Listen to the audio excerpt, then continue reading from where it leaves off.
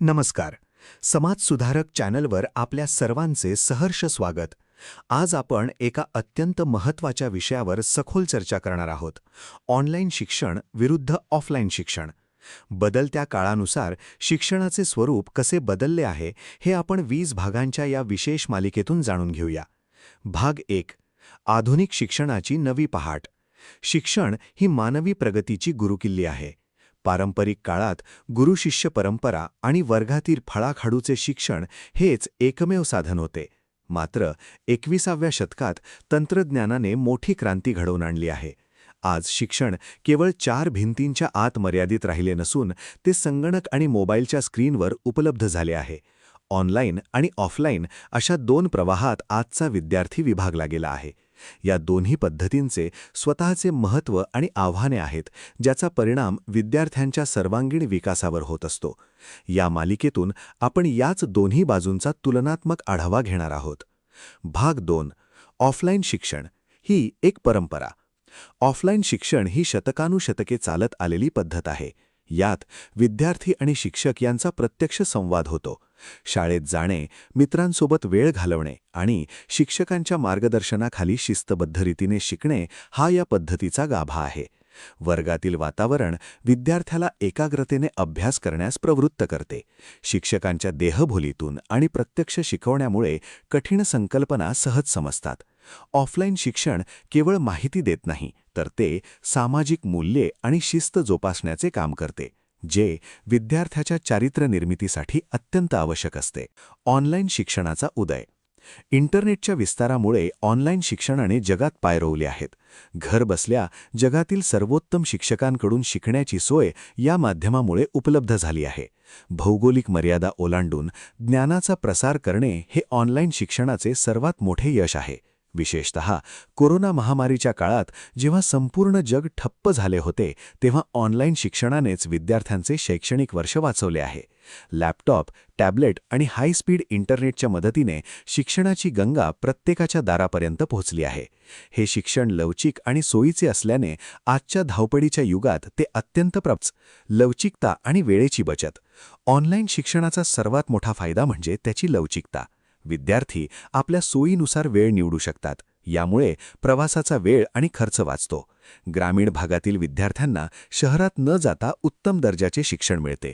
Record केलेले lectures वारंवार पाहण्याची सुविधा असल्याने एखादी गोष्ट न समजल्यास ती पुन्हा पाहता येते. दुसरीकडे ऑफलाईन शिक्षणात वेळेचे कडक बंधन असते. शाळेत जाणे येणे यात बराच वेळ खर्च होतो. मात्र हीच वेळेची शिस्त ऑफलाईन शिक्षणात विद्यार्थ्यांना वक्तशीरपणा शिकवते, जो ऑनलाईनमध्ये अनेकदा सामाजिक संवाद आणि मैत्री. ऑफलाईन शिक्षणात विद्यार्थ्यांचा एकमेकांशी होणारा सामाजिक संवाद हा त्यांच्या व्यक्तिमत्व विकासाचा अविभाज्य भाग असतो. शाळेच्या मैदानात खेळणे, डबा वाटून खाणे आणि समूहाने काम करणे यातून संघभावना विकसित होते. ऑनलाईन शिक्षणात हा सामाजिक स्पर्श हरवलेला जाणवतो. विद्यार्थी स्क्रीनसमोर एकटा बसून शिकत असल्याने त्याला एकाकीपणा जाणवू शकतो. संवाद फक्त चॅटबॉक्स किंवा व्हिडिओ कॉल पुरता मर्यादित राहतो. भावनांची देवाणघेवाण आणि प्रत्यक्ष मैत्रीतून मिळणारे धडे हे केवळ ऑफलाईन शाळेच्या आवारातच शक्य होतात. भाग 6. एकाग्रता आणि अभ्यासाचे वातावरण. ऑफलाईन शिक्षणात शाळेचे किंवा महाविद्यालयाचे वातावरण अभ्यासासाठी पूरक असते. वर्गात शिक्षक समोर असल्याने विद्यार्थ्यांचे लक्ष विचलित होण्याची शक्यता कमी असते. समोर बसलेले इतर विद्यार्थी आणि शिक्षकांचा धाक यामुळे एक प्रकारची शैक्षणिक शिस्त आपोआप लागते. याउलट ऑनलाईन शिक्षणात विद्यार्थी घरी असतो. घरच्या वातावरणात टीव्ही, मोबाईलमधील इतर नोटिफिकेशन्स किंवा घरगुती कामांमुळे एकाग्रतेचा भंग होऊ शकतो. स्क्रीनसमोर एकटक बसल्याने शारीरिक थकवा आणि मानसिक कंटाळा येण्याची शक्यता असते. त्यामुळे ऑनलाईन शिक्षणात स्वतःवर नियंत्रण ठेवणे आणि अभ्यासासाठी वेगळी जागा निश्चित करणे हे मोठे आव्हान ठरते. भाग 7. तांत्रिक साक्षरता आणि प्रगती. ऑनलाईन शिक्षणाने विद्यार्थ्यांना तंत्रज्ञानाशी मैत्री करण्याची संधी दिली आहे. आजचे विद्यार्थी झूम, गुगल मीट, पीपीटी आणि विविध शैक्षणिक ॲप्स वापरण्यात निष्णात झाले आहेत. ही तांत्रिक साक्षरता त्यांना भविष्यातील कॉर्पोरेट जगात खूप उपयोगी पडणार आहे. माहिती शोधणे, डिजिटल नोट्स बनवणे आणि ईमेलद्वारे संवाद साधणे या गोष्टी ते लहान वयातच शिकत आहेत. ऑफलाईन पद्धतीत तंत्रज्ञानाचा वापर मर्यादित असतो. तिथे पारंपरिक साधनांवर जास्त भर दिला जातो. बदलत्या काळात केवळ पुस्तकी ज्ञान पुरेसे नसून तंत्रज्ञानाची जोड असणे ही काळाची गरज आहे आणि ऑनलाईन शिक्षण यात महत्त्वाची भूमिका बजावते. प्रत्यक्ष प्रात्यक्षिके आणि प्रयोग. विज्ञान, भूगोल किंवा अभियांत्रिकी यांसारख्या विषयांमध्ये करून पाहणे अत्यंत महत्त्वाचे असते.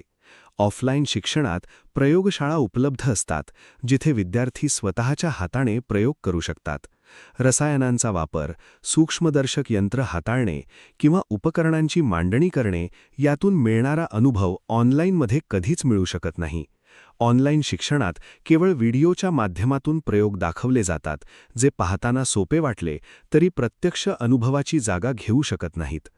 कौशल्यावर आधारित शिक्षणासाठी ऑफलाईन वर्ग आजही श्रेष्ठ मानले जातात, कारण तिथे प्रत्यक्ष मार्गदर्शनाखाली सराव करण्याची संधी. भाग 10. आर्थिक बाजू आणि उपलब्धता. आर्थिक दृष्टिकोनातून विचार केल्यास ऑनलाईन शिक्षण काही अंशी स्वस्त पडू शकते. शहरात राहण्याचा खर्च, हॉस्टेलची फी आणि दररोजचा प्रवास खर्च यात मोठी बचत होते. अनेक ऑनलाईन कोर्सेस माफक दरात किंवा मोफत उपलब्ध आहेत. मात्र यासाठी स्मार्टफोन, लॅपटॉप आणि वेगवान इंटरनेटची आवश्यकता असते, जी ग्रामीण भागातील गरीब विद्यार्थ्यांसाठी अजूनही एक चैनीची वस्तू आहे. ऑफलाईन शिक्षणात शाळेची फी आणि गणवेशाचा खर्च असतो, पण तिथे सर्वांना समान सुविधा मिळतात. ऑनलाईन शिक्षणातील डिजिटल दरी कमी करणे हे सरकार आणि समाजासमोरचे मोठे आव्हान आहे, जेणेकरून प्रत्येक मुलाला समान संधी मिळेल. भाग 10. शारीरिक आणि मानसिक आरोग्य. विद्यार्थ्यांचा आरोग्याचा विचार केल्यास ऑफलाईन शिक्षण अधिक फायदेशीर ठरते. शाळेत जाताना होणारी शारीरिक हालचाल, खेळाचे तास आणि मित्रांसोबतची धावपळ यामुळे शरीर सुदृढ राहते. ऑनलाईन शिक्षणात विद्यार्थी तासनतास एकाच जागी बसून राहतो, ज्यामुळे पाठदुखी, डोळ्यांचे विकार आणि लठ्ठपणा यांसारख्या समस्या उद्भवू शकतात. तसेच सतत स्क्रीनकडे पाहिल्याने मानसिक तणाव आणि चिडचिड वाढण्याची शक्यता असते. ऑफलाईन संवादामुळे मुलांचे सामाजिक स्वास्थ्य उत्तम राहते.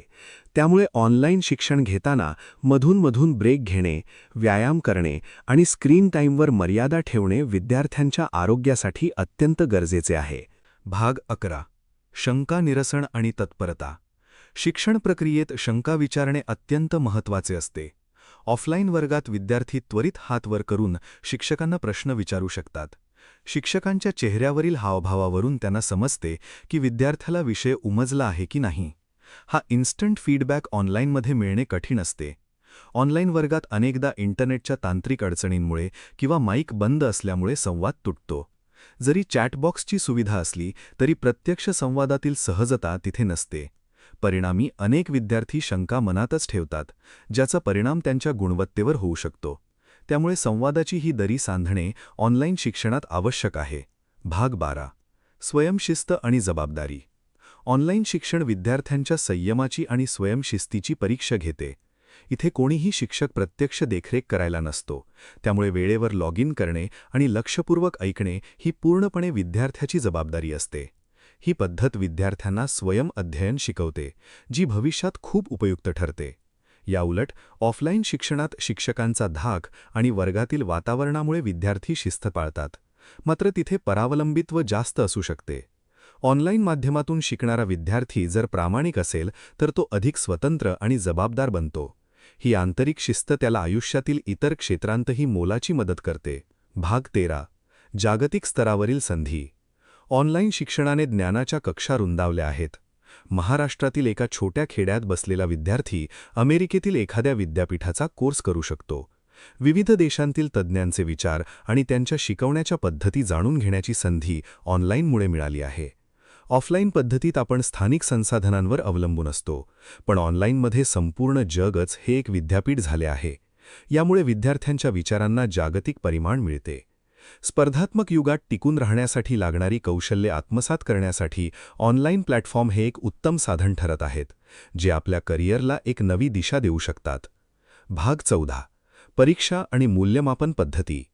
ऑनलाईन आणि ऑफलाईन शिक्षणातील मूल्यमापन पद्धतीत मोठा फरक आहे. ऑफलाईन परीक्षांमध्ये देखरेखीखाली उत्तरपत्रिका लिहिल्या जातात, ज्यामुळे कॉपी होण्याचे प्रमाण कमी असते आणि विद्यार्थ्याच्या खऱ्या क्षमतेचा अंदाज येतो. ऑनलाईन परीक्षांमध्ये मल्टिपल चॉईस क्वेश्चन्स किंवा MCQ वर जास्त भर असतो. यात अनेकदा तांत्रिक बिघाड किंवा गैरप्रकारांची शक्यता नाकारता येत नाही. मात्र ऑनलाईन मूल्यमापन जलद होते आणि निकालही त्वरित मिळतात. ऑफलाईन पद्धतीत उत्तरपत्रिका तपासण्यास वेळ लागतो. योग्य मूल्यमापनासाठी पारदर्शकता महत्त्वाची आहे, जी ऑफलाईन पद्धतीत अधिक चांगल्या प्रकारे जपली जाते, असे अनेक तज्ज्ञांचे मत आहे. भाग 15. अवांतर उपक्रम आणि व्यक्तिमत्व विकास. शाळा महाविद्यालये केवळ अभ्यासासाठी नसून तिथे होणारे सांस्कृतिक कार्यक्रम, वादविवाद स्पर्धा आणि क्रीडा स्पर्धा विद्यार्थ्यांच्या सुप्त गुणांना वाव देतात. ऑफलाईन शिक्षणात रंगमंचावर उभे राहून बोलण्याचे धैर्य निर्माण होते, जे स्टेज डेअरिंग वाढवण्यासाठी आवश्यक आहे. ऑनलाईन शिक्षणात हे उपक्रम आभासी म्हणजे व्हर्च्युअल स्वरूपात होतात, जिथे प्रत्यक्ष टाळ्यांचा कडकडाट किंवा प्रेक्षकांचा प्रतिसाद मिळत नाही. त्यामुळे नेतृत्व गुण आणि सादरीकरण कौशल्य विकसित होण्यासाठी ऑफलाईन व्यासपीठ अधिक प्रभावी ठरते. व्यक्तिमत्व विकासासाठी लागणारा आत्मविश्वास हा समोरासमोरच्या संवादातून आणि प्रत्यक्ष सहभागातूनच खऱ्या अर्थाने तावून सुलाखून निघतो. भाग 16. शिक्षकांवरील कामाचा ताण. शिक्षणाच्या या दोन्ही पद्धतींमध्ये शिक्षकांची भूमिका बदलली आहे.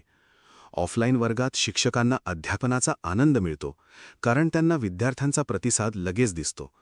ऑनलाईन शिक्षणात शिक्षकांना तांत्रिक साधने हाताळणे, PPT बनवणे आणि रेकॉर्डिंग करणे यांसारखी अतिरिक्त कामे करावी लागतात. अनेकदा ब्लॅक स्क्रीनसमोर शिकवणे शिक्षकांसाठी मानसिकदृष्ट्या थकवणारे असते. ऑनलाईनमध्ये विद्यार्थ्यांशी वैयक्तिक नाते निर्माण करणे कठीण जाते. मात्र तंत्रज्ञानामुळे शिक्षकांना नवनवीन शैक्षणिक साधने वापरण्याची संधीही मिळाली आहे. उत्तम शिक्षण प्रक्रियेसाठी शिक्षक आणि तंत्रज्ञान यांचा योग्य समन्वय असणे ही आजच्या काळाची गरज बनली आहे. भाग 17. ग्रामीण भागातील आव्हाने. ऑनलाईन शिक्षणाबद्दल बोलताना ग्रामीण भारताचा विचार करणे अनिवार्य आहे. आजही अनेक गावांमध्ये वीज आणि इंटरनेटची शाश्वती नाही. अनेक कुटुंबांकडे एकच स्मार्टफोन असतो, जो पालकांकडे असतो. अशा परिस्थितीत ऑनलाईन शिक्षण या मुलांसाठी स्वप्नवत ठरते. ऑफलाईन शाळा ही या मुलांसाठी ज्ञानाचा एकमेव आधार आहे. तिथे त्यांना पोषण आहार, पुस्तके आणि प्रत्यक्ष मार्गदर्शन मिळते. जोपर्यंत तांत्रिक सुविधांचे विकेंद्रीकरण होत नाही, तोपर्यंत केवळ ऑनलाईन शिक्षणावर अवलंबून राहणे धोक्याचे आहे. म्हणूनच ग्रामीण भागात ऑफलाईन शाळांचे महत्त्व आजही अबाधित आहे आणि त्या अधिक सक्षम करण्याची गरज आहे. भाग 18. हायब्रिड मॉडेल, भविष्यातील दिशा. आता जग हायब्रिड शिक्षणाकडे वळत आहे.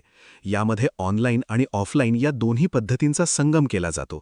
महत्त्वाचे सिद्धांत ऑनलाईन व्हिडिओद्वारे शिकवले जातात आणि प्रात्यक्षिके किंवा शंका निरसनासाठी प्रत्यक्ष वर्ग भरवले जातात. ही पद्धत भविष्यात अत्यंत प्रभावी ठरणार आहे, कारण या दोन्ही पद्धतींमधील त्रुटी दूर करण्याचा प्रयत्न केला जातो. यामुळे विद्यार्थ्यांचा वेळ वाचतो आणि त्यांना प्रत्यक्ष संवादाचा लाभही मिळतो. आधुनिक युगात कोणत्याही एका पद्धतीला पूर्णपणे नाकारता येणार नाही. या दोन्ही प्रवाहांना एकत्र घेऊन चालणे हेच आधुनिक शिक्षण व्यवस्थेचे यश ठरेल. भाग 19. पालकांची भूमिका. ऑनलाईन शिक्षणामुळे पालकांची जबाबदारी वाढली आहे. मुले स्क्रीनवर अभ्यास करत आहेत की गेम खेळत आहेत, यावर पालकांना लक्ष ठेवावे लागते. ऑफलाईन शिक्षणात मुले शाळेत गेली की पालकांवरील ताण कमी होतो, कारण तिथे शिक्षक जबाबदारी घेतात. मात्र ऑनलाईन पद्धतीत पालकांनाही तंत्रस्नेही व्हावे लागत आहे. मुलांच्या अभ्यासात त्यांचा सहभाग वाढला आहे, जो एक सकारात्मक बदल आहे. तरीही पालकांनी मुलांवर अवास्तव दडपण न आणता त्यांना योग्य मार्ग दाखवणे गरजेचे आहे. पालक, शिक्षक आणि विद्यार्थी या तिघांच्या समन्वयावरच ऑनलाईन शिक्षणाचे यश अवलंबून आहे. भाग 20. समारोप आणि निष्कर्ष. अखेर ऑनलाईन असो वा ऑफलाईन, शिक्षणाचा मुख्य उद्देश ज्ञानप्राप्ती आणि चारित्र्य घडवणे हाच आहे. काळानुसार शिक्षणाची साधने बदलत राहतील, पण शिकण्याची ओढ महत्त्वाची आहे. तंत्रज्ञान आपल्याला वेग देते, तर परंपरा आपल्याला दिशा देते. ऑनलाईन शिक्षण हे सोयीचे आणि आधुनिक आहे, तर ऑफलाईन शिक्षण हे संस्कारक्षम आणि सामाजिक आहे. या 20 भागांच्या मालिकेतून आपण या दोन्ही बाजूंचा विचार केला. समाज सुधारक चॅनलचे उद्दिष्ट तुम्हाला या विषयाची सखोल माहिती देणे हेच होते. आपण या दोन्ही पद्धतींचा समतोल राखून आपल्या ज्ञानाची क्षितिजे विस्तारूया आणि प्रगत भारताचे स्वप्न साकारूया.